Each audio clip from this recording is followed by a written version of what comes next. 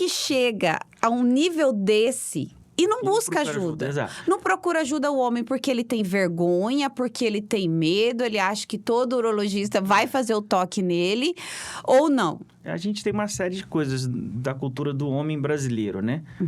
Tem um homem que é o super-herói, que nunca tá doente. O outro é um homem que trabalha muito, cuida da família inteira, mas não cuida dele.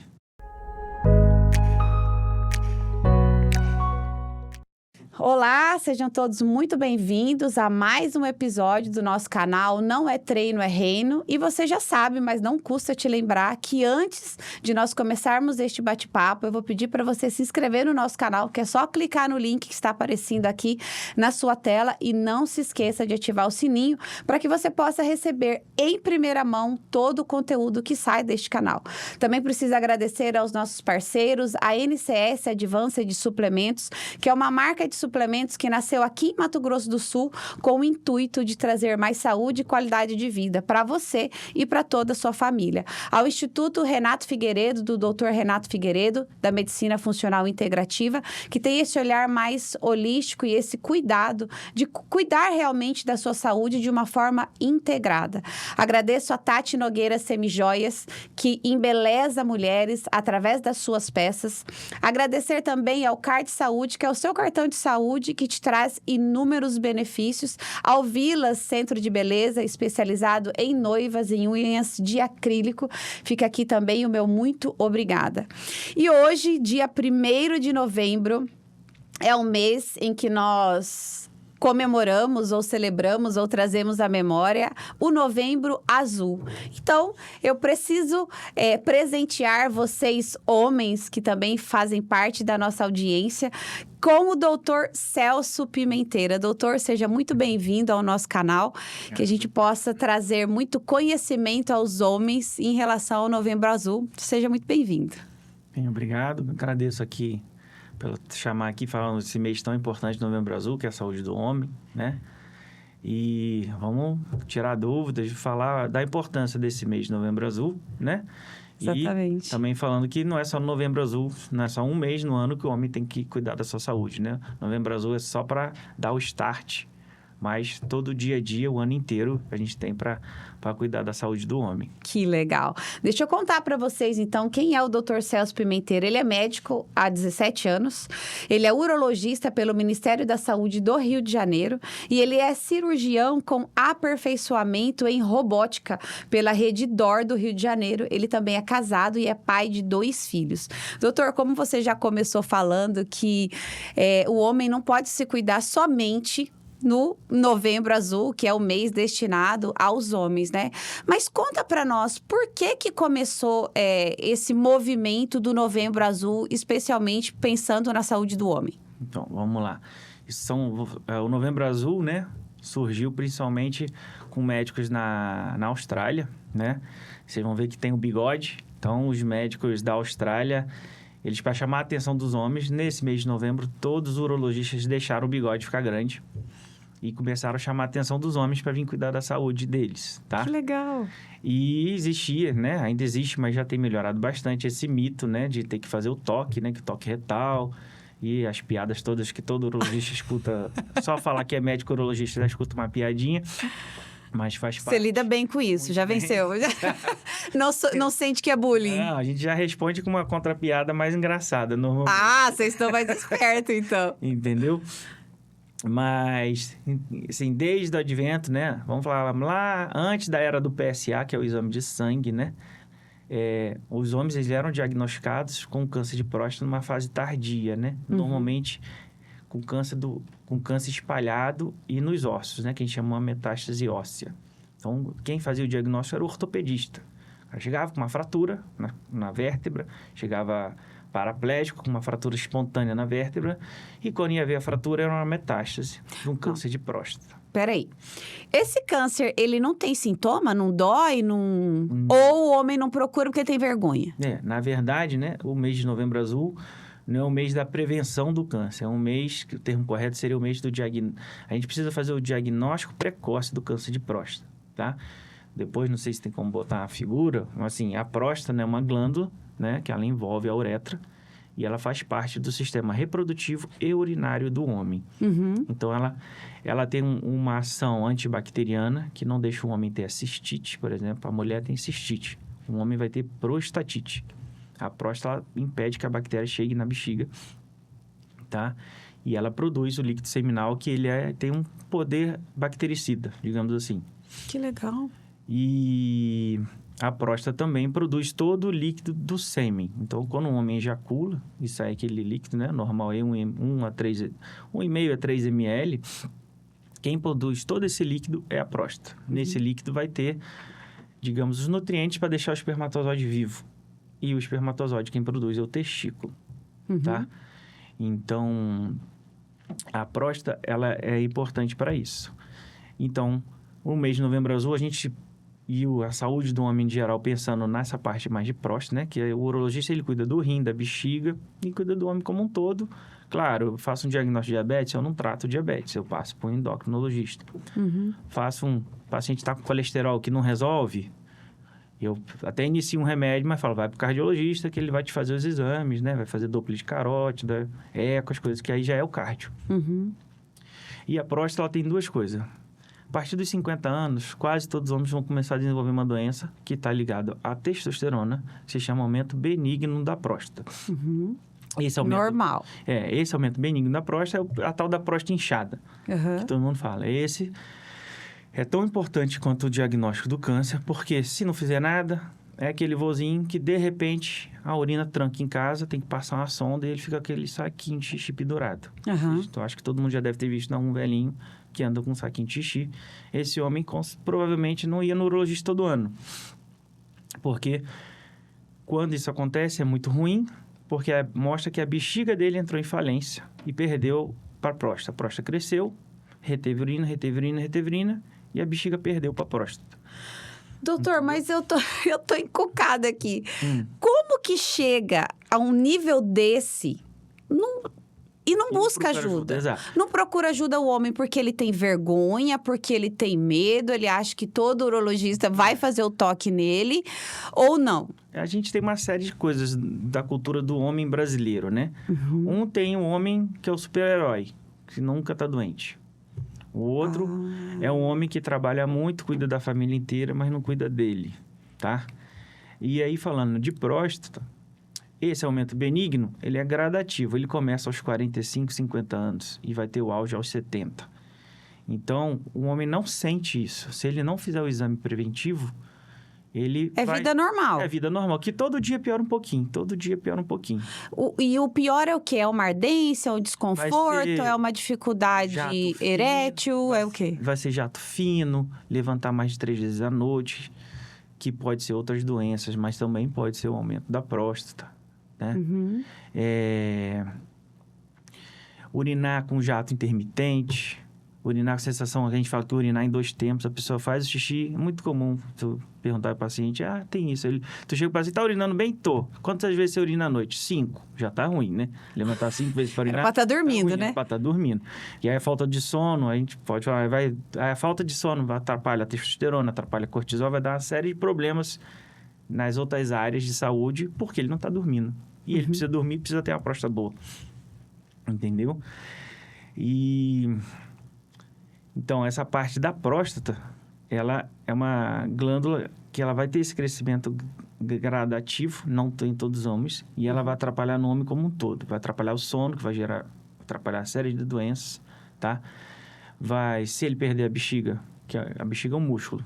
Enquanto não existir transplante de bexiga, uma vez que você perdeu a função da bexiga, você perdeu a função da bexiga. E não existe até então transplante? De bexiga, ainda não. Tem tecnologia, se vocês verem, a gente pode depois falar também.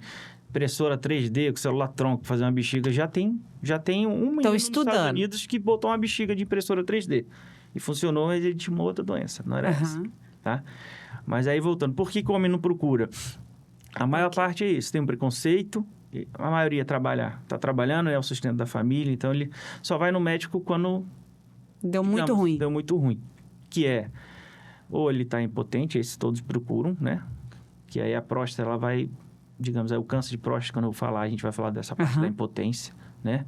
Mas a maioria procura só na questão da ereção, ou quando não está mais urinando, ou quando teve que passar uma sonda. No Rio de Janeiro era muito comum, né? Cidade de praia. O pessoal já com 50, 55 anos tá na praia, tomando a cervejinha, praia, só vai embora no pôr do sol. Só que aí tem um engarrafamento. E ele tomou cerveja a tarde toda na praia. Pega o engarrafamento, fica segurando urina. Tanto o homem como a mulher não deve segurar urina, só casos extremos. O normal do ser humano, no período de vigília, até no período que ele está acordado, tem que urinar a cada 3 horas. Para evitar, na mulher para evitar infecção urinária e no homem para evitar, que seria cistite, e no homem para evitar prostatite. Então, em cidades que tem muito trânsito, com praia, era muito comum o paciente chega em casa e aí não consegue urinar, tem que correr para emergência passar uma sonda. Por que tem esse travamento, doutor? Então, porque se a próstata dele está aumentada e ele está urinando mal, mas ele não sente que está urinando mal, quando ele fica 4 horas segurando a urina num trânsito, essa bexiga, ela inflama mais a próstata e não consegue mais relaxar o colo da bexiga, que é onde sai o xixi. Então, realmente faz uma retenção urinária aguda e vira uma emergência, né? O paciente não está urinando, você tem que passar a sonda. E se ela pode romper? Por exemplo, Pode, é raro, mas pode. Entendeu? Porque dói pra caramba. Eu lembro uma vez que eu fiz... Eu fraturei meu pé, aí eu tive que tomar aquela hack 2 vezes. Eu fiz a hack, aí uma semana depois eu fiz a hack de novo. Na segunda, eu não urinava por nada nesse mundo, mas doía, era uma dor. Eu falava, eu vou morrer. Eu falava pra minha mãe, eu chorava desesperadamente. E aí, mas eu tava no hospital, né? E depois, enfim. Mas e se a pessoa não tá? O que vai acontecer? O que é? Vai doer muito? Eu já vi bexiga romper, já vi. Infelizmente, pelo nosso sistema de saúde, né? Eu já vi coisas muito ruins da logística do nosso sistema, às vezes, que não funciona. Já vi um paciente, imagina, a dor, o cara ficou mais de um dia com a bexiga desse jeito que você ficou no hospital. E estoura mesmo. E aí ela rompeu, entendeu? E aí? E tem risco de infecção, cirurgia, alguma coisa assim? Né? Não, aí cirurgia, tem que costurar a bexiga, uma coisa que limpar. Só se resolveria com uma sonda. Só que esse paciente, não sei por que ninguém examinou e ninguém passou uma sonda nele. Ele ficou indo de hospital para hospital, pegou uma ambulância, ele era do interior. E aí, ficou 24 horas sem urinar com a bexiga dele que vinha... Parece que ele chegou na emergência, né? Que eu fiz um hospital que... É o único hospital do Rio de Janeiro que tem urologista na emergência, né? Que é o Hospital Souza Aguiar. Já foi a maior emergência da América Latina. Hoje ele continua sendo muito grande, mas tem os problemas de saúde do nosso país. E aí, o paciente, quando ele entrou no consultório lá, ele parecia que estava grávido de 4 meses. Era a bexiga. Ele era magrinho e a bexiga ia até o estômago dele. Saiu, se eu não me engano, saiu 3,5 litros da bexiga desse homem. Meu Deus. Entendeu? Entendi. E aí essa bexiga, sério, então? Essa bexiga, quando chegou nesse estado, esse homem provavelmente nunca mais vai urinar normal. A bexiga dele, digamos, ele esfacelou a musculatura da bexiga dele. Você me falou, isso que você falou aqui, que a bexiga é um músculo, eu achei que ela fosse um órgão, não um músculo. Ela é um órgão composto por um músculo extremamente especial, que é o músculo detrusor. E esse músculo ele tem a capacidade, ele é fino e extremamente elástico. Só que, como ele é um músculo, no caso da bexiga, ele não pode ficar musculoso. Que a gente chama de bexiga... Eu já ia perguntar se é um músculo treinável. Exato. A treinadora louca. Ele não pode ficar musculoso. Quando a gente treina fisioterapia para incontinência, a gente treina assoalho pélvico. Mas não treina a bexiga. A bexiga... Ela tem uma inervação que a gente fala parassimpática. Sim. Então, é a coluna que controla a bexiga, está no autônomo. E ela tem que ser fininha e elástica. Justamente, ela esvazia, fica com 15 ml, 30 no máximo, que é o resíduo fisiológico. E aí, ela enche o normal aí, vamos lá, 400 ml, 500 e esvazia. Se ela ficar musculosa, que é o que a gente acompanha na saúde do homem, né? Todo ano a gente faz ultrassom da bexiga e mede a parede da bexiga. Se a bexiga da bexiga... Se a espessura da parede da bexiga começar a espessar, que o radiologista vai dizer bexiga de esforço, se você está tratando a próstata, está na hora de trocar o tratamento ou está na hora de operar. Se você não está tratando a próstata, está na hora de começar. Para essa bexiga não ficar musculosa. Se ela ficar musculosa, ela não vai distender. Por que ela fica musculosa? Por segurar xixi ou não? Segurar xixi, no caso, porque ela não está ganhando da próstata. Entendeu? Então, a próstata está crescendo e a bexiga está ali lutando. Toda hora ela contrai para tirar teu xixi e vencer a próstata. Aí a próstata é uma briga da galera. Uma briga. Que a próstata causa resistência para a saída da bexiga, que a próstata está depois da bexiga. E aí, antigamente era cirurgia para quase todo mundo, operava paciente com 50 anos. Vieram os remédios. Hoje a gente tem uma série de remédios para tratar o aumento benigno da próstata, onde vai agir justamente na musculatura da bexiga e na musculatura da próstata. E alguns, né, que vai ser os remédios que vão inibir a interação da próstata com a testosterona. E esses remédios conseguem fazer com que a próstata atrofie. Entendi. Doutor, eu te interrompi a hora que você estava explicando sobre o Novembro Azul, né? Que foram os médicos da onde? Do bigodinho? Do bigode, Todos eles deixaram o bigode. Como que é o país? Austrália. Austrália. Isso. Os australianos deixaram o bigode. Aí você falou que quem encontrava eram os ortopedistas. Então, exato. Continua isso, porque agora eu fiquei curiosa de saber do E nome. aí vamos falar dos sintomas. Então, eu falei tudo sobre o aumento benigno da próstata, que é 90% do nosso consultório é esse. Graças a Deus, não é todo mundo com câncer, né? E, ao contrário, o câncer de próstata, ele vai dar na cápsula da próstata. Por isso que a gente faz o toque. Porque a cápsula da próstata está em íntimo contato com o reto, né? Que é o intestino. E quando você toca o reto, você sente a cápsula da próstata. E aí você sente o nódulo. E aí, como ele está na periferia da próstata, até esse caroço crescer e dar sintoma no homem, que vai ser sangue no esperma, dificuldade, sim, em urinar. Só que aí ele já cresceu da periferia até o centro da próstata, que é onde está passando a urina. E esse período que ele cresce é justamente o período que ele pode já gerar metástases, que é o que acontecia. Aí e que achava na coluna. Isso, e às vezes ele gera até metástase sem ter sintoma urinário. E aí achava isso. O cara chegava, o PSA normal, vamos lá, para um paciente de 60 anos, até 4. Né? Que a gente vai depois ver, tem vários, tem os americanos que são radicais, PSA 2,5 para todo mundo. Tem o europeu que quanto maior a próstata, mais velho, vai tolerando alterações de PSA. Eu sigo mais essa linha europeia, né? Não sei se é porque nós somos, de certa forma, nós somos portugueses, né? Assim. E espanhóis, então eu não sou tão agressivo em todo mundo ser um PSA fixo. Então, cada paciente é um paciente, cada tamanho de próstata é um paciente e a gente vai conversando. E já peguei casos, paciente com PSA elevados, você faz o exame de imagem, faz o diagnóstico do câncer, faz o exame de imagem, infelizmente ele já tem vários pontinhos nos ossos. Esse é o paciente que perdeu tempo, não é mais curável, tá? A gente vai dar qualidade de vida. Então, por que o diagnóstico precoce? O PSA hoje, aí agora mudando, falando do câncer, o PSA é para ver câncer, não é o melhor marcador. Então, todos os homens que estão ouvindo aqui, é importante, meu PSA deu alterado, estou com câncer. Não, uma série de fatores altera o PSA. Tá? É um sinalizador. Hoje ele é o melhor que a gente tem, mas está de longe de ser o melhor, de especificidade. O melhor... Ainda não existe, tá? O melhor ainda não existe. Mas o melhor, a gente faz a gente junta... Na verdade, a gente junta 3 exames, né? A gente faz um PSA, tá alterado, ok. Hoje, se o paciente tiver acesso, uma ressonância de próstata, que vai ver a próstata mais detalhada que um ultrassom. E sim, ainda precisa, principalmente se for câncer, tem que fazer o toque. Que quando o paciente tem um câncer, onde o toque está alterado, isso altera o prognóstico. E também faz que você deve dar uma aceleradinha no tratamento, porque ele tem o toque alterado, né? Falando de toque, né? O toque hoje é importante.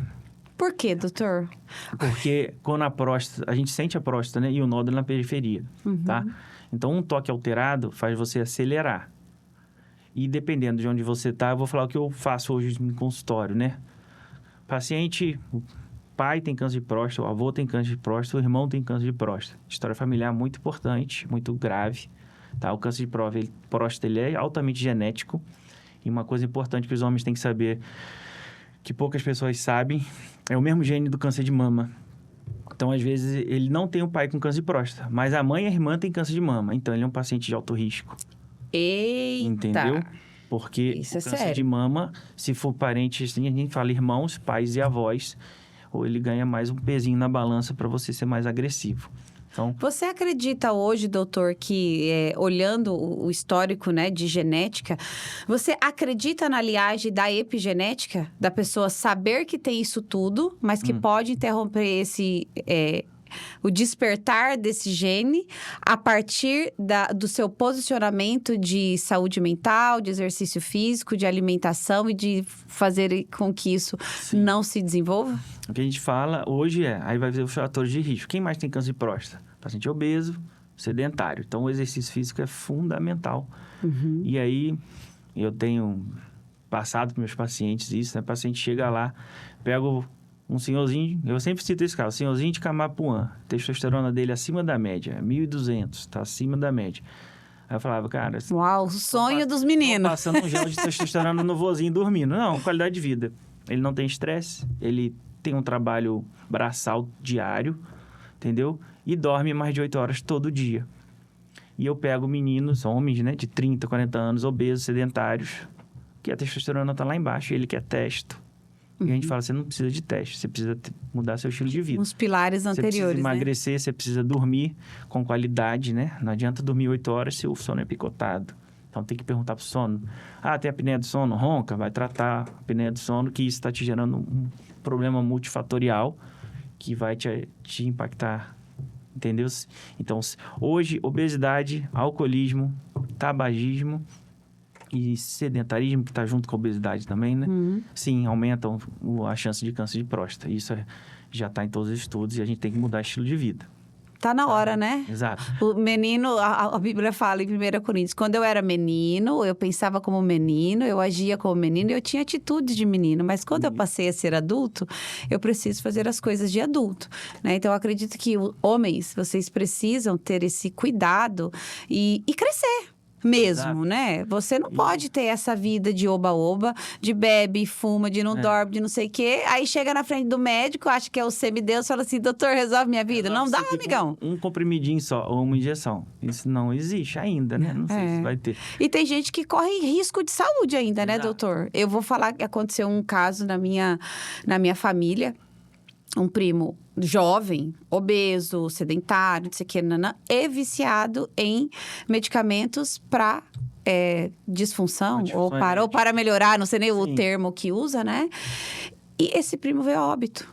Ele infartou. Ele mudou de cidade, estava morando sozinho e bonito, assim, um menino muito bonito, mas tinha essa particularidade, né? E aí ele passou mal à noite sozinho e desceu uma escadaria, não deu tempo, ele literalmente caiu na rua, de cueca, de camiseta e morto.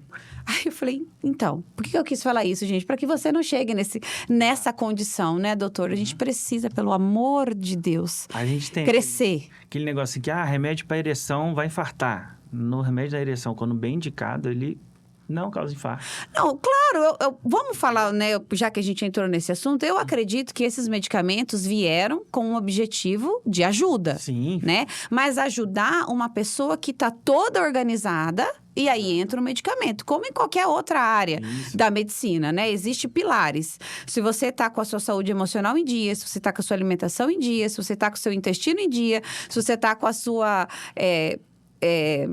o exercício físico em dia, a gente olha, você tá bem e mesmo assim não tá dando certo? Beleza. Então, tem isso aqui pra te ajudar. Agora, não queira isso aqui pra te ajudar, só que... Não faz a sua parte. Aí, realmente, você corre o risco de morrer. Deve ser por isso, né? Isso. Que vincularam. Assim, a analogia é bem simples. Se você tá tomando algum remédio para ereção, você tem que avisar a qualquer médico. Passou mal, você tá com uma dor de garganta. Foi na emergência, você não pode ter vergonha. Você tem que falar, olha, eu tomo, sei lá, vou falar mais comum, eu tomo Tadalafila. Eu tomo ou tomei, né? Eu tomei, porque o médico vai saber que alguns remédios não podem tomar se você tomar Tadalafila, principalmente os remédios para dor torácica, tá? Morreu porque tomou Tadalafila, morreu porque não falou pro médico que estava tomando Tadalafila, tá? Entendeu? Por que os homens têm tanta vergonha, doutor? Hoje eu fiquei pensando assim, gente, eu vou conversar com o doutor, vou falar sobre isso, eu sou mulher, ai meu Deus. Falei, não, eu sou mulher, e daí? Mas eu vou tirar dúvida, né? Porque de ser humano.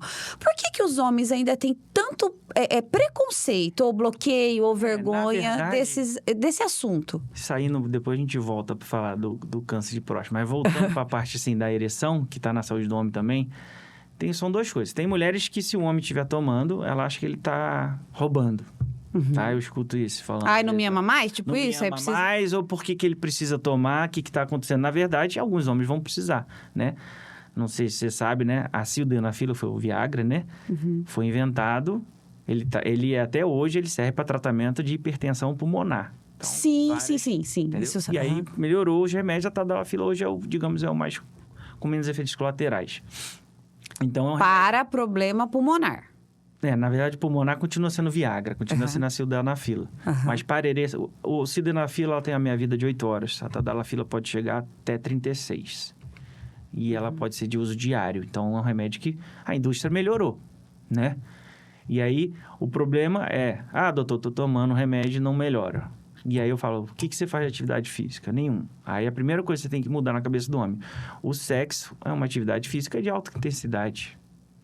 E um homem, para ter uma ereção boa, normalmente é ele por cima. O que um homem sedentário e preguiçoso faz? Não faz exercício, bota os braços para trás e deixa a mulher trabalhar. Não vai ficar bom. Não vai ficar bom. Entendi. Entendeu? E aí, por que alguns infartam? Porque ele toma um remedinho, ou tem várias coisas que a gente pode fazer para ereção. Inclusive, existe a injeção peniana, que dá uma ereção farmacológica. Entendeu?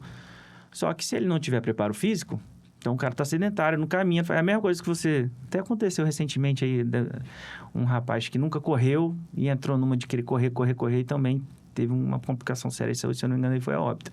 Você não pode nunca ter corrido uma maratona e, de repente, um dia você quer correr. Exatamente. Então, se você está completamente sedentário, você não pode querer um bom desempenho no sexo, porque a tendência, quanto mais idade, você não vai ter...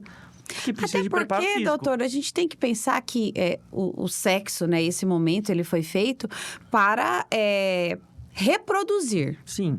Né? Essa é a função, né? Teoricamente Isso. foi feito assim, para a reprodução. Mas se eu tô tão cansado, né? O homem, principalmente, que é empresário, que é pai de família, que trabalha fora, que ele tá tão cansado, tão estressado, às vezes acima do peso, Não vai ele funcionar. não quer reproduzir nada. Ele Isso. quer fugir. Mas Isso. é involuntariamente, só que daí às vezes a esposa cobra, né? Porque, Isso. claro, num casamento é o que Deus falou, o sexo é um presente Exato. para o casamento, então precisa existir, né? Você tem que ter esse momento, senão ele passa a ser um amigo seu. E uma coisa que eu acho engraçada, a Bíblia diz que quando você não é casado, você não deve fazer sexo, mas aí você faz. Aí depois que você casa, que você tá apto a fazer, pode, tá debaixo da bênção, aí você não faz. Porque, né? Incongruente. Mas porque eu acredito que seja isso. A hora que o homem entra nessa fase, tipo, que já casou, que tá num período, né, diferente da vida, que tem talvez um pouco mais de responsabilidade, e aí ele esquece de cuidar do corpo. Que é hoje o que eu falo, assim, é a minha motivação de vida, é fazer as pessoas entenderem que não é o treino. É o reino, por isso que é o nome do podcast. É o reino, é o corpo. Então, se o seu corpo estiver pleno, todas as suas funções vão melhorar, inclusive a parte sexual, né? A gente precisa ter esse olhar e parar de ter essa vergonha. E eu fico feliz que surgiu o Novembro Azul, né? E poder ter hoje você aqui, tirando essas dúvidas para que os homens realmente entendam. Poxa, você está com dificuldade? Peça ajuda. Isso. Né? Se está difícil o seu trabalho, alguma coisa, converse. Tenha um diálogo. Porque quando você conversa, né? Homens, eu não sei o que os homens conversam, né? As mulheres eu sei, o que os homens conversam eu não sei. E eu acredito que o homem precisa demais ter esse momento com outros homens. Sim. Tem mulher que não deixa, né? Eu acho que nós somos livres, bem... a confiança, o respeito, o amor, a individualidade. E o homem precisa de momentos, porque nós temos os nossos momentos. A gente conversa, fala, puxa, eu tô passando por isso, por aquilo, olha. E eu não sei se vocês, homens, têm essa liberdade de conversar assim, putz, cara, não tô dando conta. O que tá acontecendo? Você já passou por isso? Acontece isso, doutor? Vocês têm essa conversa? Na verdade, essa conversa, sim. Normalmente, tem mulher que não gosta, mas essas conversas vai ter justamente. Se o cara tem um grupo de pôquer... Que sim, claro que é um jogo, mas existe um poker saudável que você pode fazer sem apostar dinheiro, só para ter a resenha com os amigos. Os amigos, exatamente. Exato. Tem a resenha do futebol, né? Tem a resenha do beach tênis. Exato, do futevôlei. Então, você precisa desse momento com homens, com certeza. Assim, eu tenho 2 irmãos mais velhos, então, digamos, eu tinha com quem conversar em casa. Hoje, a gente tem menos filhos, então, é filho único, não quer conversar com o pai nem com a mãe. Ele, às vezes, vai conversar com os amigos. Então, é importante, desde o menino e o homem, tem essa conversa, tá? E é muito importante aqui, né, que a gente tá falando que o homem tem que fazer a prevenção.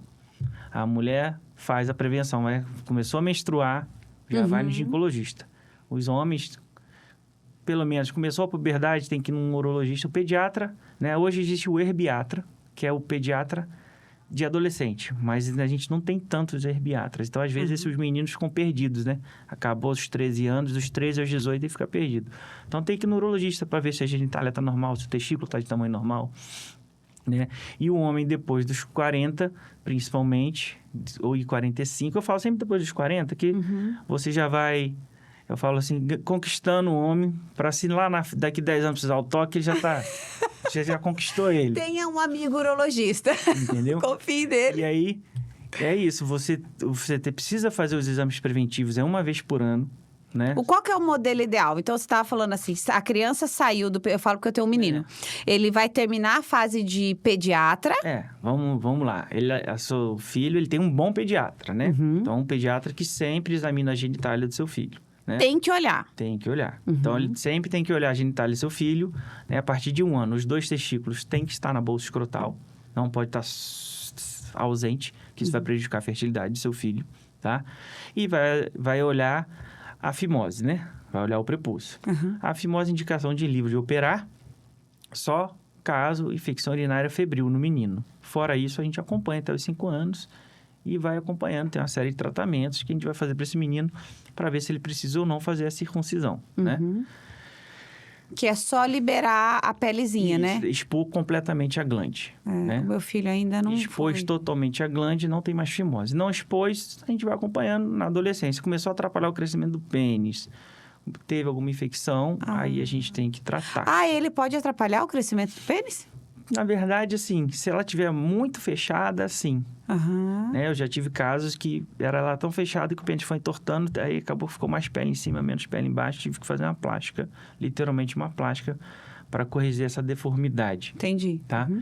Então, um bom pediatra vê essa diferença e fala, não, você precisa de um uro. Ou de um cirurgião pediátrico. Eu, particularmente, vou puxar a sardinha pro meu lado, tem que ir para um urologista. Ou um uropediatra, né? Você faz em criança? Eu tenho uma boa formação em criança, né? Minha residência toda eu operei muitas crianças. Eu seleciono alguns casos que acho que dá para operar. Mas o problema da criança é saber se o pai e a mãe vai cuidar do pós-operatório. Que tem filho que manda em todo mundo dentro de casa, não vai deixar ninguém encostar. Então, dependendo dos casos ou da complexidade, aí eu mando para um especialista mesmo, um uropediatra, né? Eu tenho um parceiro aqui que ele é muito bom, né? Então, vai depender do comportamento da criança. Isso. Se é a forma massa... do contexto familiar. Existe umas doenças genitálias criança que você só vai ver que tem, às vezes, olhando a glande, né? Que é uma doença chamada hipospádia. E essa hipospádia tem que ser operada enquanto criança. Que é a posição do canal do xixi está no lugar errado. Eu acho que eu já ouvi falar. Entendeu? E aí, esse caso, por exemplo, eu não opero. Eu mando para o pediatra, que é uma coisa mais complexa. Precisa de alguém que faça isso todo dia, né? A circuncisão a gente faz no adulto, faz na criança. Mas, assim, isso tem que ser na criança. Eu tenho até, depois no meu Insta, né? Eu gravei, justamente falando o tamanho normal do pênis até os 18 anos, né? Todo mundo, todo mundo quer ter um pênis enorme. Não. Média do brasileiro é 13... Qual que é o certo? Se chegou adulto com... média do brasileiro vai ser 15 centímetros, digamos assim, tá normal. É a média do brasileiro, tá? Mas isso em estado natural ou animal? Na verdade, o homem, ele só sabe medir quando tá ereto, né? Mas, para você medir seu pênis, eu ensino lá no meu Instagram, é só você esticar ele pela glande e colocar uma régua rente ao pubis. Quando você estica o pênis, o quanto que ele esticar é o tamanho que ele vai esticar quando ele estiver em ereção. Entendi. Então... você consegue medir, é assim que você mede o pênis do seu filho, entendeu? O meu filho tem 8 anos. Normal, ele tem que ter 7 centímetros de pênis. Eu medi lá, ele tem 7, tá ótimo. Quando ele entrar na puberdade, tem que crescer. Aí vai ter as fases da puberdade, ele começa a crescer pelo, e aí sim, o pênis tem que crescer. Então, começa assim, um bom pediatra, testículos na bolsa e ficar atento na questão da exposição da pele, né? Sim. Da fimose. Entrou na puberdade... tem que acompanhar a puberdade. O testículo está crescendo, o pênis está crescendo, e se o menino está tendo pelos, né? É o normal. É o normal. Virou adulto, todo adulto tem que ver. Qual é a idade que a gente fala virou adulto? Vai variar muito, mas é entre 18 e 21 anos. Virou adulto, né? Aí você vai fazer o básico desse paciente, que é todo ano, todos os humanos têm que medir colesterol, glicose e ver se não tem anemia, uma vez por ano. Você vai ver que tem gente que pede um monte de coisa. Eu não vou entrar nesse detalhe. Tem médico que pede 5 páginas de exame. Mas o básico, com 20 anos, você tem que saber como é que está seu hemograma, se você não tem um diabetes e como é que está seu colesterol. Porque a gente começa a acumular as placas de colesterol aos 20 anos e vai infartar aos 50. Então, se você tem uma doença familiar de Por colesterol isso que alto, você acha que está errado esse nome do Novembro Azul, de não é prevenção, né? É tudo diagnóstico precoce. E aí, voltando para a questão da próstata, então vai ter o resíduo progressivo, que vai ser o velhinho que vai reter urina. E tem um câncer de próstata, que você sente no dedo o nódulo ou o PSA começa a subir. O PSA começou a subir, você faz a ressonância, tem um nódulo, mesmo com toque normal, você vai fazer a biópsia. E aí, uma vez diagnosticado o câncer de próstata, os estudos mostram que você está prevendo 10 anos de doença. Você está tratando uma doença que ia ter sintoma daqui a 10 anos. Tá? Não é uma regra, mas a ideia é essa. Então, E aí, quando vem o sintoma, já é aquele caso de estar na ser. coluna que o ortopedista encontrou. Ou uma dor de coluna, ou é uma retenção de urina grave, com sangramento. Mas aí você faz o exame de imagem. Às vezes ele não vai ter a fratura, às vezes ele não vai precisar do ortopedista. Essa dor se assimila, doutor, a tipo uma dor de coluna, de rim, alguma coisa assim? É uma dor óssea, né? Na verdade, dependendo do trabalho do paciente, eu pego muito paciente, infelizmente, do interior, que chega... Eu trabalho na parte da prefeitura aqui, né? Que chega com uma dor óssea na bacia, no quadril. Que ele é trabalhador braçal na fazenda, capataz, e ele acha que é disso. Quando eu vou ver, na verdade, ele até poderia ter essa dor muscular do trabalho. Mas no momento dali, o PSA, em vez de estar acima de 4, o PSA dele vai vir em 3.000. E aí, aquela dor de bacia dele, na verdade, é uma metástase. E aí, a gente vai tratar, vai dar qualidade de vida, mas não vai curar. Entendi. Entendeu? E você acredita, doutor, que quando fala assim sobre cura, porque eu tenho muito forte que Deus pode curar tudo. Sim. Eu tenho a fé de milagre, assim, eu acredito. Demais. Você já vivenciou alguma coisa nesse sentido? O que eu vejo, de olhar, assim, porque você falou assim, ó, não tem cura, não dá, eu vou... Mas tem um doutor Celso mais humano e tem um doutor Celso mais urologista. Eu vou falar mais do doutor Celso urologista. O que a gente vê é pacientes que têm a fé forte, são pacientes que não entram em depressão e que aceitam a doença e tratam e seguem com a fé dele. Esses pacientes sempre têm um desfecho melhor. Uau! Entendeu? Então, e hoje a ciência, já ciência prova, né? Exato. Como a espiritualidade, Exato. a crença... Então, se ele aceitar a doença, se ele... Não, eu vou ficar bom, ele tem um desfecho melhor. Não vou falar cura. Não aceitar como uma sentença assim, ó, acabou, game Exato. over, né? Eu tenho um caso recente, né? De uma doença, um caso raríssimo, que é um câncer de pele gravíssimo, que se chama melanoma, e ela teve na margem anal. Então, uma coisa extremamente rara, extremamente difícil de dar esse diagnóstico, porque ali todo mundo pensa que é uma feridinha, é uma hemorroida, é uma fissura. Não melhorou, e a doença estava no estágio bem ruim, ela é extremamente jovem. Mandei para um oncologista, né? Porque eu não trato isso. Ele começou uma terapia onde a gente achou que ia ser paliativa, e essa paciente tem uma fé muito boa, e ela tá ótima. Tá indo contra o livro, digamos assim. Uau. O livro falava que ela ia ter uma sobrevida de 3 meses, ela já tá indo daqui a pouco para 1 ano e sem sintoma. Uau. Então, eu acredito que nesse aspecto, assim, tem o mérito do médico que fez um tratamento diferente, ele tem estudo, tem tudo, mas a parte dela de ter aceitado a doença e estar lutando para ficar viva, isso ajuda muito. Eu acho que a fé sem ação é morta, né? Tudo é crença, né? A fé vem pelo ouvir e o ouvir alguma coisa. E quando a gente ouve pessoas, né, que têm um conhecimento de que, olha, se você fizer algumas outras coisas, você vai ficar melhor. Que eu acho que essa é a parte da ação. Exato. Então, você tendo uma crença muito forte que o diagnóstico não define quem você é, mas é um norte de que você precisa mudar alguns pilares na sua vida. E se você efetivamente muda, é por isso que eu falo a questão de milagre. Claro que tem a minha fé pode te salvar, mas todas as vezes que a Bíblia fala sobre fé, ele fala a sua fé te salvou. Então, eu acredito que é por isso, né, que Deus fala muito da importância dessa certeza de que é possível, né? Mas você precisa buscar pessoas que te ajudem e você ter a autorresponsabilidade de falar assim, olha, eu preciso mudar, porque até aqui o caminho que eu trilhei me levou para esse diagnóstico. Porque eu acredito que aquilo que a gente come ou nos alimenta ou nos contamina, né? Eu acho que as pessoas hoje têm morrido, se matado, se envenenado pela alimentação muito ruim. Mas a gente precisa, assim, claro, ser realista, que tá tudo muito modificado. Às vezes não é nem culpa muito nossa, né? Tudo hoje não é mais como era antigamente. O glúten não é como era antigamente, né? O consumo de açúcar não era como era antigamente. As frutas não são como eram antigamente. Então, tudo vem alterando e automaticamente nos altera também. Mas aquela pessoa que sabe disso tudo e não faz nada, pode ser que vá sentar diante de você, né, doutor, com esse diagnóstico que não é muito interessante. Muito importante no Brasil, que a gente vê, e tem que bater de novo no Novembro Azul e na prevenção do homem, eu vou citar a minha família, né? Vamos lá, meu avô morreu com 65 anos. Fumava, muito novo. Não deu para ele ter as doenças. Hoje, a expectativa, acho que já está em 77, indo para 80, a expectativa do brasileiro. Deu uma piorada da expectativa aí com a pandemia do Covid, mas...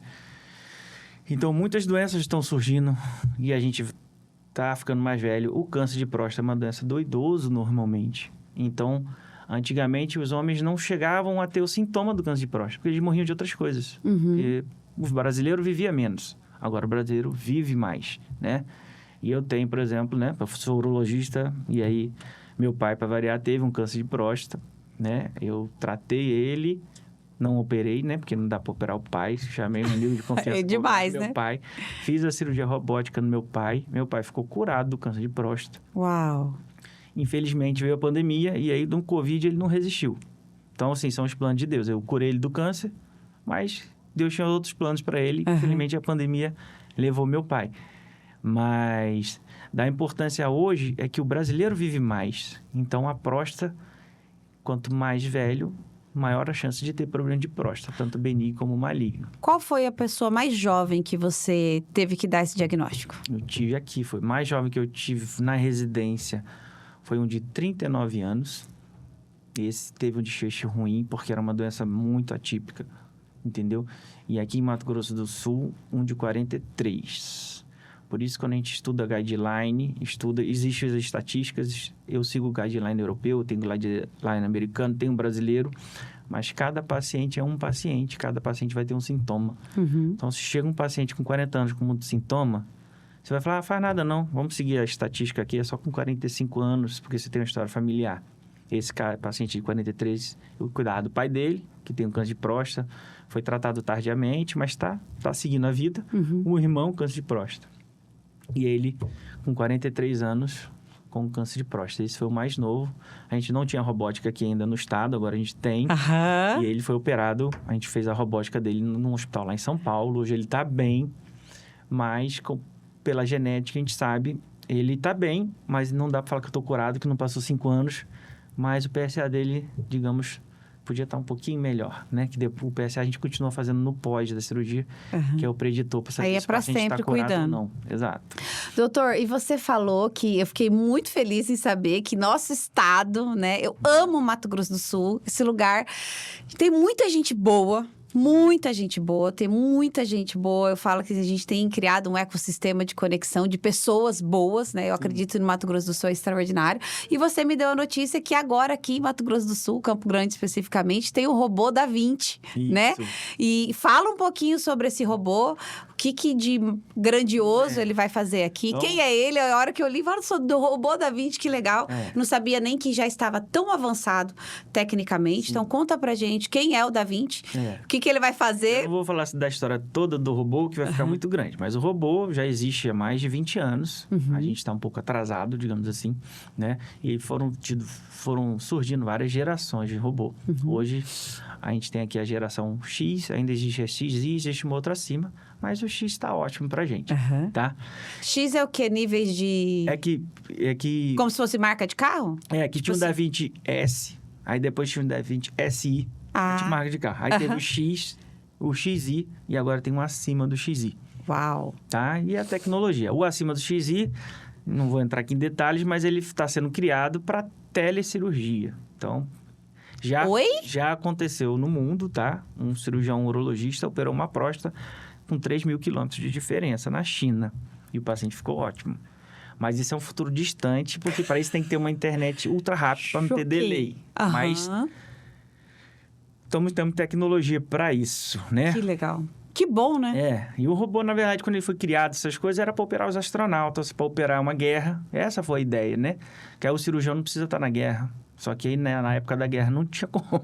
Gente, nada é do nada, né, e, assim, doutor? Tudo tem uma história. Que legal. E aí, o que eu falo, assim, tem paciente que, atendo no SUS, fala, agora tem robô, eu vou morrer. Não.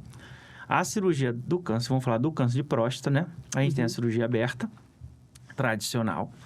Tem a cirurgia por vídeo. Você usa uma câmera e opera com pinças rígidas. E tem o que é mais moderno, que é a cirurgia robótica, onde você vai operar com um robô com pinças flexíveis, com pinças que tem uma articulação melhor que a nossa mão, né? E com uma visão, né? O robô ele consegue dar para o cirurgião hoje uma visão Full HD, 3D e com um poder de zoom absurdo. Então, o olho humano não faz o que o olho do robô faz, nem a mão humana faz com o humano. Mas o robô é comandado por um humano. Ele Isso não que eu ia falar. sozinho. Você vai ter um bom robô se você tiver um bom humano. Cirurgião, exato. Tem que ter um bom cirurgião com a formação boa, né? E aí, vocês vão ver que cada cirurgia, né? No robô, você tem que ter um número mínimo de cirurgias. E para você operar... Cirurgia, você mesmo ali. Operando. E vai ter sempre um cirurgião mais experiente te olhando, né? Vamos supor, hoje tem uns cirurgiões que tem mais de 1.000 casos, mais de 2.000 casos no Brasil, né? Então, normalmente... então você não opera sozinho. Tipo, é o Celso com o Da Vinci e mais um, tipo, da sua equipe. Como é que é o robô hoje, né? É o Celso operando Da Vinci, um outro, no meu caso, um outro urologista em campo, com o paciente, cuidando do paciente e trocando pinça, trocando braço. Que o braço do robô, você tem que ficar trocando as pinças, né? Então, às vezes, ele vai falar, ó, tira a tesoura e bota o porta-agulha, para eu vou costurar. Tem que ter um médico em campo para fazer isso. Urologista também. Urologista, no caso, se for um cirurgião bariátrico, vai ser um bariátrico. Se for cirurgia plástica, vai ser um da cirurgia plástica. E o robô, ele surgiu para operar câncer, mas hoje ele opera tudo. Ele faz o que o cirurgião faz, só que ele faz melhor, porque dá tecnologia, tá? E hoje, para você ganhar a experiência do robô, você precisa de um mais experiente, que vai estar fora da cirurgia ali, olhando você operar. E ele... Tipo prova. É tipo uma prova. E esse cirurgião, né, que hoje a gente chama de proctor, ele vai falar, não, ó, doutor Celso já está apto, ele vai te dar um documento e vai botar o nome dele em risco. Ele vai falar, eu assino e falo que o doutor já pode operar. Existem quantos médicos robóticos? É isso que eu falo? Cirurgião robótico. Vamos falar, quantos médicos aptos a operar o robô, né? Eu não tenho o número aqui em Campo Grande exato, mas, assim, quando eu cheguei, tinham 4. Era eu e mais 3. Agora tem mais. Então, assim, existem... Todo mundo está dentro da urologia ou em algumas outras áreas? Todos aqui já tem. Já tem ginecologista apto, tem cirurgião de tórax apto, tem ginecologista apto. Só que o que... A gente está implantando a tecnologia, né? Tem que agradecer, né? Foi uma grande surpresa, uma grande satisfação, né? Chegar o robô. A gente não precisa mais mandar os pacientes para São Paulo. Quem trouxe o robô? Quem trouxe o robô foi o Hospital da CACEMES, né? Através do presidente da CACEMES. Que é o Ricardo Hayashi. Então, o doutor Ricardo trouxe a cirurgia robótica, implantou. E aí, todo mundo quer usar, principalmente quem já está habilitado, né? E isso dá um pouquinho de embate. E a gente explica que a gente está implantando. O robô está aqui, dá para fazer. A gente já fez 10 robóticas e vai fazer mais algumas. Por que não libera para todo mundo? Porque a gente está implantando, né? Então, assim, tem que treinar mais a enfermagem. É igual quando está iniciando um avião para decolar, que primeiro voa só os pilotos, depois voa só o piloto com a tripulação. Aí, não, já implantamos o sistema. Já pode ter para todo mundo, já temos material para todo mundo, e aí vai abrindo. Entendeu? Então, eu acredito que num curto espaço, todo mundo que for apto, todo mundo que tiver o curso, tiver aperfeiçoamento, tiver embasamento, vai usar. Tanto o urologista, ginecologista, cirurgião geral, até cirurgião plástico, né? Eu falei aqui que no Rio, não é essencial, mas no Rio tem gente que faz a diástase de reto abdominal com robô. É melhor que a laparoscopia? Sim, fica melhor em termos de... É mais fácil para o médico. A cirurgia dura menos. Qual é a diferença, doutor, do robô para vídeo? Para vídeo, vamos lá. A vídeo você opera com pauzinhos, né? Que é laparoscopia. Então, a tesoura é reta. Então, a tesoura ela faz esse movimento, a pinça não gira. E que você mostrou assim, e você tem que ser, tipo, ambidestro. Você tem que ter Sim, habilidade... você tem que ter habilidade nas duas mãos, Aham. tá? Então, e um médico camerando. O robô, e então você tem que ficar, vai ali, eu quero que você mostre ali. Isso é a cirurgia de vídeo. Então, tem que ser, por isso que você, às vezes, todo mundo vai fazer duplas, vai ter parceiros, porque aí depois você fica treinado. Quando eu tô indo ali, eu não preciso mais falar para você que eu tô indo ali. Você já sabe que eu tô indo para lá Você e você já leva a câmera. Aham. E até ter esse entrosamento é difícil. O robô não, quem controla a câmera é o cirurgião. Então, isso já ajuda muito. E você controla como? Falando? Você fala com ele ou você pensa? Não, como é que é? na verdade, o robô, você tem que ser ambidestro. Você tem que ser bom das duas mãos e bom dos dois pés, tá? Puxa vida! Aí entrou os pés no Entre os negócio. pés, O robô, você usa o pé esquerdo para trocar os braços e você usa o pé direito para controlar a força de coagulação das pinças. Você fica sentado durante a cirurgia, então? Sentado. A cirurgia tá. dentro de uma visão 3D. Por isso que é importante o médico em campo. Porque você está operando aqui, você não está vendo nada que está acontecendo fora. Ah, entendi. E aí Então você tá tipo... Você está só olhando Aqui, a barriga. Você não vê mais nada. Você está olhando o paciente por dentro. Você não sabe o que está acontecendo lá de fora. Não tá. Então, tem que ter um anestesista olhando o monitor, que é o que mantém o doente vivo, digamos assim, sedado. Tem que ter o auxiliar para saber tudo que está acontecendo ao redor, trocar as pinças, né? E saber os tempos do cirurgião, que aí o tempo você vai sabendo, entendeu? E você fica ali vidrado, só olhando ali. E aí, na mão, o robô é diferente que a pinça, ela faz um movimento quase de 360. Ela é bem pequenininha, entendeu? A câmera anda na barriga inteira, você controla a câmera. Mas é tudo o cirurgião fazendo, né? Tem um treinamento, que aí, dependendo do... Igual um Apple Watch que você faz assim, né? E ele já faz uma coisa, o robô, ele é inteligente e ele é intuitivo. Então, você faz os movimentos, ele já vai fazendo o seu movimento exatamente igual da sua mão lá dentro. Gente, eu queria, tipo, estar sentada do seu lado. Você sabe o que eu tô imaginando a cirurgia? Tipo, eu queria estar sentada. Eu acho isso magnífico. Mas eu acho isso muito massa. É uma grande inovação, entendeu? E para nós que somos cirurgiões, isso vai permitir que a gente opere, quem quiser, né? Mais velho. Vamos supor que eu tenho, Deus me livre, que eu não tenho. Vamos supor que, sei lá, eu começo a ter um tremor na mão esquerda. Tremor essencial, não um Parkinson. Eu vou poder continuar operando porque o robô não treme. Então, se eu tremer aqui fora, o robô vai corrigir meu tremor e não vai tremer. Entendeu? Meu Deus, se eu tô, sei lá, usando um óculos que tô com dificuldade de enxergar, o robô ele vai corrigir minha visão. Você vai corrigir, né? Dar o zoom para você estar enxergando para sua visão ali na hora. Então, você vai conseguir operar com a sua deficiência visual. Né? Que o grande ruim, nós cirurgiões, é que nós vamos envelhecer. E aí chega um momento que você não aguenta ficar horas em pé, o robô se opera sentado. Né? A sua visão pode estar ruim, o robô corrige sua visão. Sua destreza manual pode estar tremendo, o robô não treme. E ele vai corrigir o seu tremor. Então, você vai continuar operando. Doutor, e tem esses inúmeros benefícios, claro. Mas e se você pega um obeso? Exato. O robô ele é indicado para o paciente obeso. Que justamente a cirurgia convencional vai ter muita dificuldade para abrir a barriga, para fechar a barriga. E aí vem muitos riscos de infecção, essas coisas, exatamente. Né? Então, para o paciente obeso, é a melhor tecnologia. Ah, doutor, mas eu não tenho robô na minha cidade, eu não tenho dinheiro para pagar o robô, eu vou morrer por causa disso? Não. Um bom médico, um bom urologista, com uma boa formação, ele vai saber fazer a aberta bem feita, ele vai saber fazer o vídeo bem feito e vai fazer o robô. E tem aí? Laser também, não tem? Não, para câncer não. Ah, tá. Na verdade, para o câncer de próstata depois, não convém aqui, mas aí existe um tratamento da radioterapia, que está evoluindo muito também, que seria um tratamento sem precisar operar e tirar a próstata. Mas aí tem os prós e contras. Mas tem paciente que tem indicação, tá? Em termos de cura, a cirurgia bem indicada e bem operado, tanto robô aberto e vídeo vai ficar curado e bem operado. Com a grande vantagem do robô, puxando a sardinha agora, que é a tecnologia que a gente tem aqui. O tempo de internação é menor.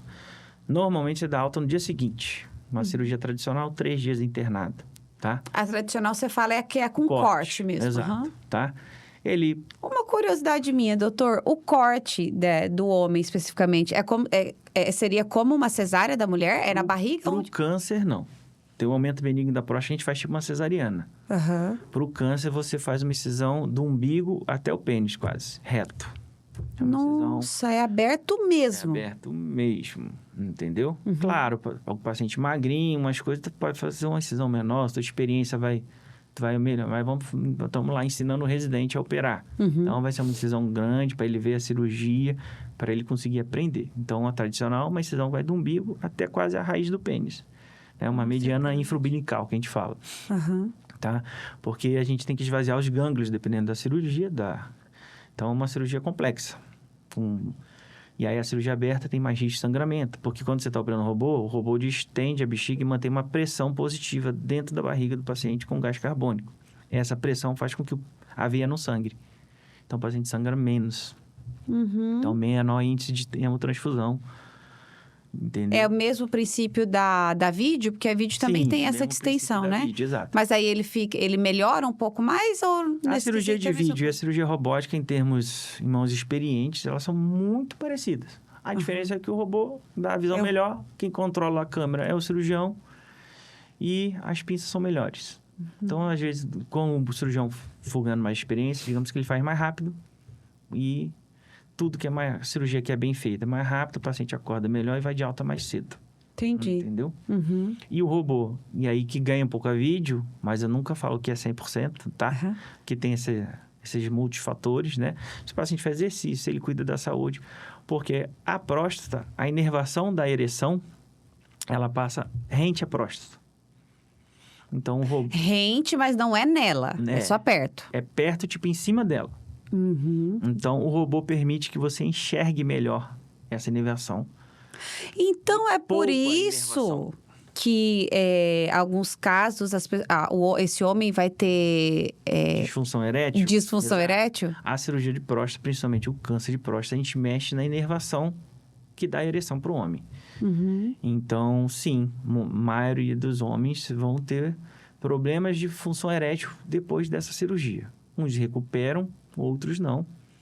Mas aí a gente tem tratamento. Tem paciente que fala, não, doutor, paciente que é muito ligado a essa parte sexual, fala, eu prefiro morrer do que ficar broxa, digamos assim, né? E aí a gente fala, não, mulher bota silicone nos peitos, não bota? Então, se você ficar impotente, depois que você passar pela fase da próstata, a gente bota uma prótese pênis de silicone. E ele vai ter uma prótese peniana que vai dar ereção para ele, vai dar o prazer igual. E vai ser igual. É tudo... Como é que é isso? Você bota... Como é que é o da mulher? Você não bota o silicone atrás do tecido mamário e a mulher sente normal? Então, você bota dentro do corpo cavernoso do homem 2 hastes de silicone. Vamos falar a prótese semirrígida, que é a mais barata, né? Que é o que o convênio de saúde até cobre. E aí, se o sexo for repete, vocês ouviram, né, homens? O convênio cobre. Cobre, entendi. E aí, essa prótese semirrígida, ele vai ter o sexo normal. E vai ter a sensibilidade normal, porque... E como que vai ativar? Porque eu te perguntar, na minha cabeça, a próstata é o que faz a máquina funcionar. Sim ou não? Como assim? A próstata? Que faz ter ereção. Não, a próstata não tem nada a ver com a ereção. A ereção é central, é um estímulo do cérebro, vai ter a ação parasimpática, que vai agir nessa inervação e vai fazer com que o corpo produza uma enzima que vai reter o ácido nítrico, que é onde age os medicamentos para ereção. E aí as veias se fecham e o pênis se enche de sangue. Entendi. E aí complexo. Entrou a prótese. Como que ela vai funcionar? Isso, aí vamos lá. Entrou a prótese. Tem a inflável, que o pênis fica em estado flácido com ela. E quando for ter ereção, existe um pump, onde você vai apertar ele e o pênis... Existe um reservatório de soro que fica... por detrás da bacia, né? Fica no teu pubis, que ninguém vê. E ele lá, vamos lá, ele tem 80 ml de soro ali. E aí, quando você apertar esse pump, esse soro vai para dentro da prótese inflável e vai causar uma ereção. Acabou o sexo, tem um botão que você desativa a próstata e o soro volta pro reservatório e o pênis volta para a posição normal. Gente, isso tudo tá dentro do homem? Tudo dentro do homem. Aí? Exato. Porque eu pensava assim, não, peraí, só um pouquinho que eu vou ali. Não. O negócio tá rolando, a mulher não tá nem vendo. Na verdade, sei lá, o meu paciente, né? Tem paciente que a própria mulher ajuda. Tem paciente que fala, vou ali tomar um banho, ele já arma no banho e já vem na posição. Pronto, tá resolvido. Entendi. Entendeu? E existe a semirrígida. A semirrígida, ela é maleável. Então, ele tá aqui, ó, não tá usando, ele dobra para trás, ela fica dobrada. Vai usar, ele dobra ela para cima e usa. que ela é maleável. Então, digamos, ela fica em posição para ter o sexo e posição de descanso. Na sua opinião, qual que é a melhor? Para cada paciente é um paciente. Aí é o homem que escolhe. O homem vai escolher. Todas vão ter prós e contras, Uhum. entendeu? O principal fator hoje que decide os homens é que uma é... Vamos falar agora, um paciente particular. Uma prótese aí vai custar algo em torno de 10, 15 mil, que é essa semi-rígida, que alguns planos, a maioria acaba pagando. E a inflável, como é questão de moeda estrangeira e tudo, vai sair o preço de um carro popular. Entendi. Entendeu? Aí tem paciente que não tem condição, tem paciente que vai falar, pô, mas é muito caro. Mas aí fala, você dá, qual é o seu carro? Né? Você Vende o carro. Vende o carro, ou parcela, tem tudo. Mas tem muito paciente também, né? Eu tenho paciente que a gente opera, tá 70 anos, a mulher é presente, não tá mais aquilo tudo em casa, e fala, não, doutor, já tenho filho, tenho neto, tá bom do jeito que tá. Então, Vive bem assim. Cada homem vai ser um homem.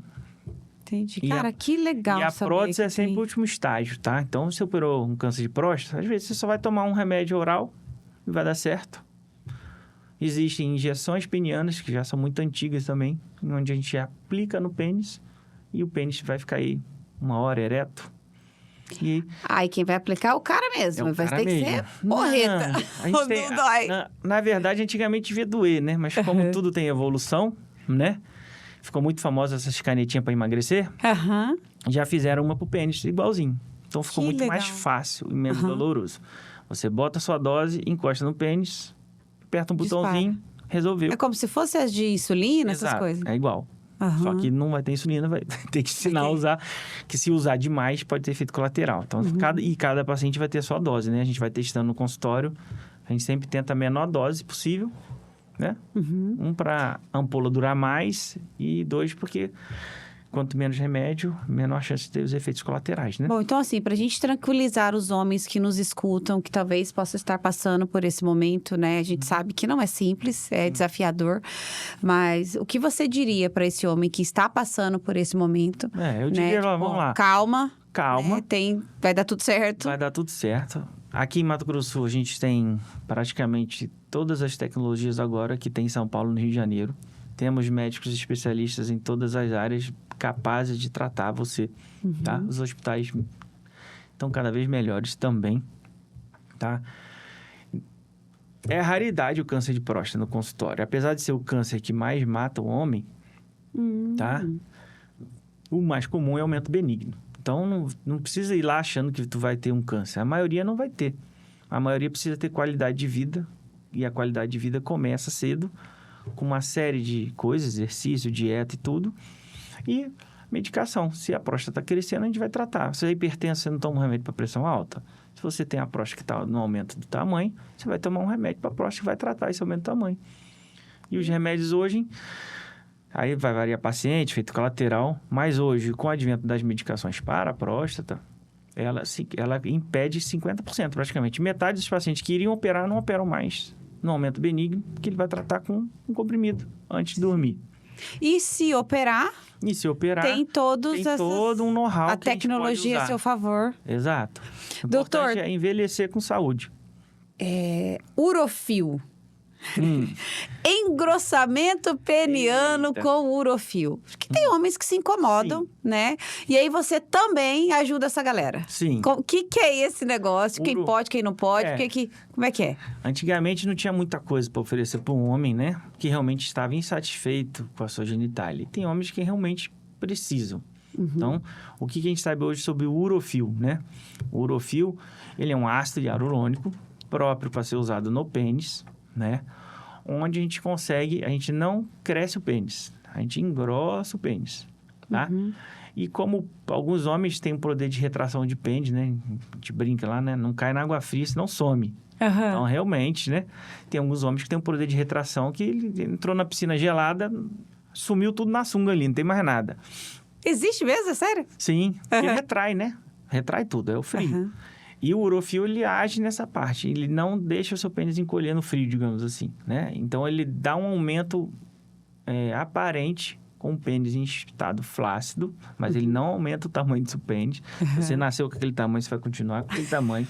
Agradeça que você tem ele ali, tá bom, né? E existe, depois se quiser olhar no meu Instagram, existe o diagnóstico micropênis, que são pênis adultos menores do que 9 centímetros. Esses pacientes existem cirurgias, mas ele vai ganhar 3 centímetros. Então, de 9 para 12,5 faz diferença.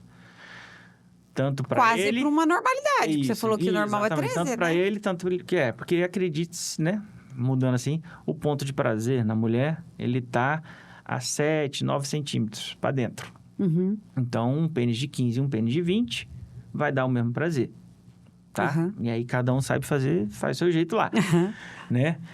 E aí, acredite-se hoje que já tem estudos falando mesmo, tá? Que quando você engrossa o pênis, na verdade, você aumenta o atrito, né? Então, gera mais prazer para os dois. Entendi. Entendeu? Então, por isso que tem ficado mais comum e as pessoas têm feito mais. Exatamente. E aí, quando a gente engrossa o pênis, a gente fala que o ácido hialurônico ele vai ser reabsorvido. Então, cada um vai usar um produto, né? O Urofil fala que tem uma durabilidade de 1 ano a 1 ano e meio. Até 2, às vezes, eles falam. Mas aí é cada organismo. Tem paciente que vai absorver muito rápido o ácido, tem paciente que não vai. Porque eu acho que tem muito a ver com o exercício. Não, você me corrige se eu estiver errada, mas a mulher que faz bastante no rosto também, né? Que faz, que faz muita atividade física, tende a diminuir o período, a durabilidade dele. Será que tem essa relação? A atividade física teria mais a ver com o Botox. Eu não faço ainda, não sei se vou fazer, mas existe também a aplicação de Botox no pênis e na bolsa escrotal. E aí eu acredito que o exercício físico sim entraria aí. E qual é a finalidade do Botox, nesse caso? Tem gente que fala que tem vários estudos falando que melhora a ejaculação precoce. Ah, então é para quem tem, tipo, problema. E o pênis, se você faz o Botox na musculatura ali, o pênis não vai retrair no frio. E tem pessoas que são incomodadas com a aparência da bolsa escrotal. Digamos, vai tirar as rugas da bolsa escrotal. Mas, enfim, tem homens que não acredito que existe esse nível de vaidade, é sério? É sério. Então, entendeu? Cada um com o seu, né? Não posso falar nada, né? Não é em mim, eu preciso só respeitar. E a gente sabe que o Botox vai ter ação da durabilidade do Botox, né? E o Urofil também. Então, nenhum dos dois são permanentes, tá? Ah, entendi. Então, eu achei que fosse algo... Você vai ter que fazer retox. Ah, doutor, gastei um tanto lá, é para sempre. Não, daqui a um ano a gente vai ter que fazer mais um pouquinho, ou retocar tudo. Depende da sua poder de absorção do ácido. Tem gente que vai absorver rápido, tem gente que não. Doutor, e os homens, eles têm aderido mais, assim, a esse cuidado mesmo, ou a esse... que acaba sendo uma parte mais estética, né? Sim, igual a mulher. Essa vaidade do homem tem aumentado? Tem aumentado bastante. O homem está se cuidando mais, entendeu? Os jovens. Existem muitas coisas que eu trabalho no consultório, né? Para fazer um Urofil, avaliar a parte psicológica e tudo, entendeu? Tem uns que realmente precisam. Tem uns que não precisam, e são aquelas pessoas que vão querer sempre mais e mais. Aí depende do perfil de médico que você quer, né? A gente vê, vamos lá, falar de estética facial. Tem mulheres que ficam harmônicas, tem mulheres que ficam com a boca desse tamanho. Ela acha linda e a médica continua fazendo porque também acha linda. Então, tudo bem, estão os dois felizes. Eu faço a mesma analogia para a estética peniana. Eu penso muito em deixar bem próximo do harmônico, mas tem pessoas que sempre querem mais, né? Então, respeitando a individualidade, né? Deus nos fez seres únicos. E aí, cada médico vai ter a sua conduta de quando... existe a quantidade máxima e mínima? Depende do que o paciente quer e até onde você vai. E até porque eu acredito que deva ser muito novo isso tudo, né? Sim. Não tem muitos estudos para falar, não, daqui 10 anos eu não... Exato, exatamente. Não tem tanta... É a minha visão. Então, eu faço, tem paciente que precisa. O meu intuito principal, quando eu fiz o Urofil, era entender porque outras pessoas, vamos falar assim, não urologistas fazem. E aí eu ficava só com as complicações. Ah, entendi. Você tinha que arrumar o negócio. Eu tinha que arrumar o que aconteceu. E eu não sabia tratar aquilo, porque eu não sei fazer. Entendeu? E normalmente esse paciente eu nem tratava, eu mandava procurar o autor. Eu falei, volta em quem fez isso aí, que esse não é problema meu. Hoje eu pelo menos já entendo, já sei tratar, né? Entendi. E meu intuito principal é, quando a gente bota uma prótese peniana num paciente que está envelhecendo e você bota essa prótese, principalmente a prótese semi-rígida, o paciente, com o decorrer do tempo, vai reclamar que o pênis está ficando mais fino. Que não tem mais tanto sangue circulando, porque tem a prótese ali. E com Urofil você engrossa agora o pênis desse paciente. Então nesse caso ele vem como essa é a minha principal indicação. Ele vai somar o tratamento do paciente que operou um câncer de próstata, que infelizmente ficou impotente, que eu botei uma prótese semirrígida e depois de um tempo ele está reclamando que o pênis dele está fino e está cada dia mais fino.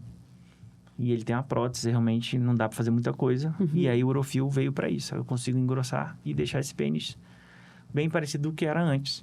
Entendi. Doutor, e falando em impotência sexual, ela não está só ligada a essa doença? Não. Né, A principal causa de impotência hoje no homem seria diabetes, tabagismo e a síndrome metabólica, né? A síndrome metabólica vai ser obesidade, pressão alta, essas coisas. Não tem nada a ver com câncer de próstata. Bom, então, mais uma vez, né? Eu já trouxe tantas pessoas aqui alertando, falando a questão do cuidado do corpo, né? Não é só a aparência, né? Não é só o estar bem numa roupa, não é somente isso. Você pode acarretar vários outros problemas, né? E quando a gente se fala de homem, você até afeta diretamente a masculinidade desse homem, né? Porque, é o que eu falo... Conversa-se pouco sobre isso. Aí você imagina, o homem, ele não vai lá chegar e falar assim, cara, amigo, o negócio é o seguinte, o treino não tá funcionando, né? Eu não sei o que tá acontecendo. Então, o que acontece, né? Quais são os principais fatores e qual que é a sua conduta de tratamento? Você já vai especificamente para uso de medicamento, de Urofil, essas coisas, ou você... Não, quando o paciente chega com queixa de impotência, se ele, primeira vez, ele não tem exame nenhum, você vai conversar, vai ver o estilo de vida dele. Ele chega lá e fala assim, o negócio é o seguinte, não tá funcionando? Essa é a principal, quando o homem procura mesmo, sozinho. Já tem algumas mulheres que marcam pro marido sem saber. Mas a maioria marca para prevenção, né? Leva o marido de surpresa, ele chega lá e fala, nem sabia que ia vir para cá hoje. Tem diminuído isso, mas ainda acontece, tá? Mas quando mexe com o pênis, um homem procura. Então, se ele tá impotente, ele é jovem, ele vai procurar, entendeu? E aí, a gente vai explicar, às vezes, eu faço vários diagnósticos de diabetes assim, entendeu? O paciente chega lá... A pessoa nem sabe. Fala, você tá diabético. Aí resolveu, volta à vida normal. Mais ou menos. O diabetes é uma doença muito séria, silenciosa, né? Às vezes, se ele tiver, dependendo do grau de diabetes ali, quando ele já está gerando impotência, ele pelo menos já tem 5 anos de diabetes e não sabia que tinha. Eu já ouvi falar, não sei se é mito ou verdade, que quando vem formiga no xixi, que pinga assim no vaso sanitário e tal, é sinal de que pode ser açúcar né, diabetes. É verdade? É mito ou é verdade? É verdade. O que eu falo hoje da urina, que é engraçado? Eu tenho 2 meninos, né? E aí, hoje, por uma série de questões, a gente não pode mais fazer um xixi numa árvore, né? Porque até tá doce. Antigamente, todo mundo fazia um xixizinho numa árvore. E eu até brincava na minha casa lá, que a gente tinha um quintal. Eu nem usava o banheiro. Eu ia lá, minha mãe não tava vendo. Eu ia lá atrás da amendoeira fazer meu xixi. Tá ótimo. E vai jogando bola. Vocês são 3 homens? Nós somos 3 homens em casa. E só a minha esposa de mulher. E agora tem um cachorrinho de também. Irmãos também? Aí de irmãos são... Eu tenho 2 irmãos e uma irmã. Ah, tá. Né? E aí... Sim, quando o paciente... Tinha até um vídeo mostrando um médico bem velhinho, falando na época que não tinha exame nenhum e ele estaria no interior. E realmente, né? Se você beber a urina... Se você provar a urina de um diabético descompensado, ela vai estar doce. Sério? Sério. Porque o nosso rim... causa de hemodiálise, né? Parece que a gente perde rim, pressão alta, diabetes. E o uso descontrolado de anti-inflamatório, remédio para dor. Então, o nosso rim luta e ele bota o excesso de açúcar na urina. Então, sim, se você tem... Agora vai ser difícil isso, né? Vai lá, vamos lá ter... Mijou, fez o xixi e caiu fora do vaso. E tá dando formiga, tem que investigar diabetes. Sim, porque você tem o que a gente chama de glicosúria. Você tem glicose na urina. O que a gente tem que atentar hoje é que alguns remédios para emagrecer, alguns remédios para tratar diabetes, hoje eles tratam também eliminando glicose na urina.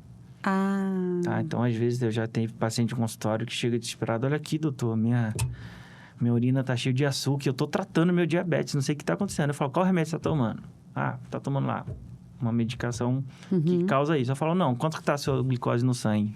Tá abaixo de 100? Então, fique tranquilo, sua glicose está controlada. Isso aqui é a medicação que para controlar a sua glicemia está fazendo sair no xixi. Ah, então é normal. Não, é normal para quem já está tratando. Uhum. Mas se você não toma remédio para diabetes... Não, isso então é normal dentro do medicamento. Mas para você que não toma e tá acontecendo... Você que não toma nada e fez um xixi e deu um anti-formiga, pode procurar um médico, fazer um exame de urina. Se vier glicosúria, você vai medir e pode ser sim que você seja diabético. Entendi. Doutor, e pra gente finalizar, vasectomia. Mitos e verdades sobre isso. Homem, igual a gente estava aqui falando, né? Falou que vai mexer no brinquedo. Não quero saber disso, não. Exato. Mas e aí, como é que tá hoje? Como é que tá a evolução dessa cirurgia? A gente tem muita coisa difícil que acontece hoje, a meu ver, tá? Já que a gente também fala um pouco de religiosidade aqui. Uhum. Porque mudou a lei, né? Antigamente não podia fazer a vasectomia sem filhos, tá? E tinha coisa de idade também e filhos. Hoje, digamos, ficou meio que meu corpo, minhas regras, tá? Então, se o paciente quer fazer vasectomia, ele procura um médico e você pode fazer. Mesmo num menino de 20 anos, tá? E a gente tem procura de jovens de 20, 22 anos que chegam e falam que não querem mais filhos, que já estão decididos que não querem filhos. E você faz a vasectomia. Aí vai depender de caso a caso, de você analisar o paciente e a ética de cada médico se quer fazer ou não, né? Que você também, como médico, não é obrigado a fazer, tá? Mas depende muito do paciente. O que tem que saber da vasectomia? Ela é um método definitivo de anticoncepção. Mas definitivo. Sim, definitivo que a gente fala é assim, uma vez feita, você não vai mais ejacular. Se o paciente tiver a próstata, ele vai ejacular o líquido todo. Só não vai ter o espermatozoide, tá? Então, vida sexual normal. Normal. Não altera a ereção nem nada, tá? O que pode acontecer na vasectomia? Tem vários casos que tive que reverter, né? Precisa reverter a vasectomia. É possível? Sim. Hoje a gente tem microscópios, né? A reversão você usa um microscópio que você vai ter a visão. Tem gente que faz a reversão com robô, mas eu acho que já é muito luxo. O microscópio tá bom, tá? E alguns estudos falam que até 5 anos pós-vasectomia é um grande sucesso, mais de 5 anos não. Mas no meu grupo, né, a gente faz bastante reversão. Já fiz reversão de 10 anos e o paciente fez filho normalmente.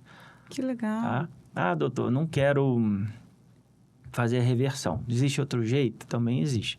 Operou a próstata, né? Esse paciente de 43 anos operou a próstata. Esse não tem mais... Quando você tira a próstata, você liga os ductos que levam o espermatozoide. Então, esse paciente também fica estéril. Não vai... Estéril não é falta de ereção, né? Não. É estéril só, é não fazer filhos. Esse paciente, por exemplo, que tirou a próstata, ele não vai nem ejacular nada e não vai sair esperma. Mas ele tem como ele engravidar? Tem. O testículo continua produzindo espermatozoide. Se ele for numa clínica de fertilidade, a gente aspira e faz o FIV, né? Fertilização in vitro. Entendi. E dá para fazer a inseminação artificial. Então, dá para continuar. Então, ela é meio que assim, definitiva, mas ela tem como você operar para tirar. Ela é definitiva que você não precisa ficar tomando um remédio todo dia. Fez a vasectomia, pode falar para a mulher, tira o DIU, para de tomar anticoncepcional, tá resolvido. Por alguns casos, eu já tive casos que perdeu o filho por algum motivo, um acidente, alguma coisa. E aí, e agora? Eu quero mais um filho porque eu perdi meu filho. Não, dá pra gente reverter ou, dependendo, fazer uma inseminação. Então é um definitivo, não tão definitivo assim. Ela é reversível, entendeu? E como que é o pós-operatório? Então, a vasectomia, tem gente que faz em consultório, né? É tão simples que faz até em consultório? Sim. Vamos lá. No SUS a gente faz consultório também. Porque é um luxo ter anestesista para vasectomia. Mas, assim, vamos falar, homens do meu consultório particular. E eu não faço cirurgia com local. Por quê? Cada homem é um homem. Tem homem que aceita tudo até ver a injeção indo em direção à bolsa escrotal dele. E aí, uns desistem, uns desmaiam, uns realmente passam mal. Então, hoje a vasectomia, sim, dá para fazer só com local. O paciente vai embora logo depois. Aí a anestesia, então, local. Local. E se for para o hospital também? Existe o tradicional que a gente usa o day clinic. Você usa um sedativo? E você usa o hospital, mas ele não fica internado. Ele chega em jejum, igual uma endoscopia, né? A pessoa vai fazendo endoscopia, dorme, acorda, vai embora. Vasectomia igual. Faz uma sedação, o paciente dorme, você faz a cirurgia com anestesia local, para ele não acordar com dor, né? E logo que acordou, se alimenta e vai embora. Então, é uma cirurgia, assim... Minimamente Se for ler a bula do remédio, vai ter aquela porcentagem lá de 1%, pode causar um monte de coisa. Mas é 1%. Normalmente é uma cirurgia bem tranquila. Vai de alta 1 hora depois que acabou. Dia seguinte é só usar uma cueca justa, tomar os remédios. Dependendo do trabalho, já pode voltar a trabalhar no dia seguinte, né? Então, Se for, paciente tipo, que... empresário, vai ficar um empresário vai ficar sentado no assim? computador, não tem problema. Tranquilo. Se for sei lá, um capataz da fazenda que vai ficar em cima do cavalo. Não, esse cara aí tem que ficar pelo menos 7 dias de repouso. Vai ficar em cima do negócio, Exato. E pode acontecer acidente, né? O cavalo freia, aí ele bate a bolsa escrotal bem na cela. Aí estraga a cirurgia, sangra e vem tudo. Então, dependendo da profissão, eu falo de 4 a 7 dias de repouso em casa. E corta onde, doutor? Corta no saco escrotal? Onde que é a incisão? Cada cirurgião vai usar uma técnica, tá? Pode incisar vários lugares para fazer, até a região inguinal, até lá embaixo. O que é o normal, né? Normalmente é na bolsa escrotal, tá? Ou faz 2 incisões, que são 2 testículos, tem que ligar um de cada vez, né? Ou faz uma incisão no meio e puxa um de cada lado. Normalmente, quando o paciente está sedado, a maioria prefere fazer a incisão mediana. Você faz uma incisão só e resolve. O paciente com local, às vezes fica mais fácil fazer 2 incisões. Porque você vai exatamente onde está lá e vai usar menos anestésico. Mas cada cirurgião vai escolher uma técnica. Entendi. Tá? Doutor, adorei te conhecer, adorei poder estar aqui como uma aprendiz. Eu falo que sentar do lado de cá é fácil, porque eu só faço pergunta e ouço, né, as respostas.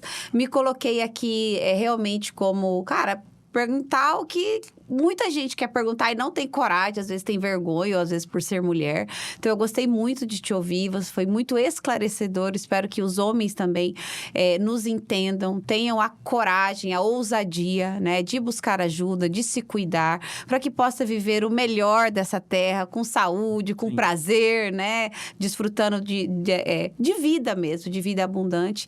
E como que a gente te encontra? Você faz teleatendimento? É só presencial? Quais são os seus contatos? Então, assim, meus contatos, tem meu site, se botar meu nome, né? celsopimenteira.com, tá? Tem o Instagram, né? E eu, particularmente, tô me adaptando ao Instagram. Eu sou médico antigo, eu gostava... O Google, para mim, já tava muito bom, entendeu? Um Google e um site, né? Mas, infelizmente... vai mudando.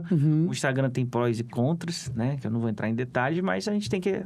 O motorista de táxi teve o Uber, a gente do Google agora tem um Instagram. Temos que produzir conteúdos e... já que existe a nova economia, né? Eu falo, já que existem coisas ruins no Instagram, a gente tem que levar coisa boa. Exatamente. Então, essa é a minha teoria que me convenceu a fazer o Instagram e levar coisa boa. Então, tem meu Instagram, tem o meu site, tá? E... seu consultório? O consultório fica... eu tenho 2 consultórios, tá? Fica um na Rui Barbosa, 3360, tá? E o outro na Chácara Cachoeira. Ah, tá pertinho de mim. Qual o número? Tá? Eu só tenho que lembrar o número. O nome da rua? Porque é novo, vai ficar na Michel Scaff. Ah, tá. Logo depois do Colégio Master, que é o Kids Time, que tem ali, um pouquinho depois. Que é ali justamente onde eu tenho um centro cirúrgico para fazer os Orofil, por exemplo. Porque o Orofil a gente faz no consultório, tá? O Orofil é só com local mesmo. Tá? Entendi. E estamos disponível aí. E a sua mensagem para os homens, assim, se você tivesse uma única chance, essa, assim, é a oportunidade. Exato. E você deixaria uma frase para quem te escuta, qual seria essa frase? A mensagem para o homem é que a gente tem que envelhecer com saúde. Então, a gente tem que se cuidar, porque a gente vive mais. Então, não adianta procurar um médico depois que você está com sintomas, porque às vezes a gente não consegue curar esses sintomas. A gente tem que evitar que surjam os sintomas. E isso é possível. Uma vez por ano, às vezes, é o suficiente até você começar a ter sintomas e a gente vai tratar e melhorar. Uau. Então, o homem precisa se cuidar. Vamos nos cuidar, né? Todos precisam, né? Mas o homem sempre especificamente... a mulher viveu mais, o homem morria cedo. Agora, todos estão vivendo mais. E a gente tem que envelhecer com saúde, né? Porque saúde não é só ausência de doença, né? Exato. Saúde são alguns pilares. Se quiserem ver, acho que no meu Instagram ainda tem um vídeo, né? Você que está numa academia levantando um peso de 5 quilos e conseguir levantar o seu neto com 5 quilos, ou você quer estar numa cama de hospital carregando um balão de 5 quilos de oxigênio que você está ruim de respirar. Então, essa é a dica. Para envelhecer com saúde, não tem jeito. Tem que se cuidar, e não é com remédio. Tudo isso que a gente falou, alimentação, exercício físico. Alguns pilares, né? e acreditar que não tem milagre se você não fizer o milagre dentro de você. A sua parte, né? Tem Exato. aquele detalhe, a sua parte. Se Exato. você não fizer a sua parte, ninguém vai fazer por Ninguém você, vai não fazer. tem jeito, né? Bom, muito obrigada. Eu quero agradecer a sua audiência. Esse foi o Dr. Celso Pimenteira, que contou um pouquinho para nós o porquê do Novembro Azul e o porquê que você precisa se cuidar. E eu te vejo no nosso próximo episódio, neste canal. Não é treino, é reino. Que Deus te abençoe e a gente se vê no próximo episódio.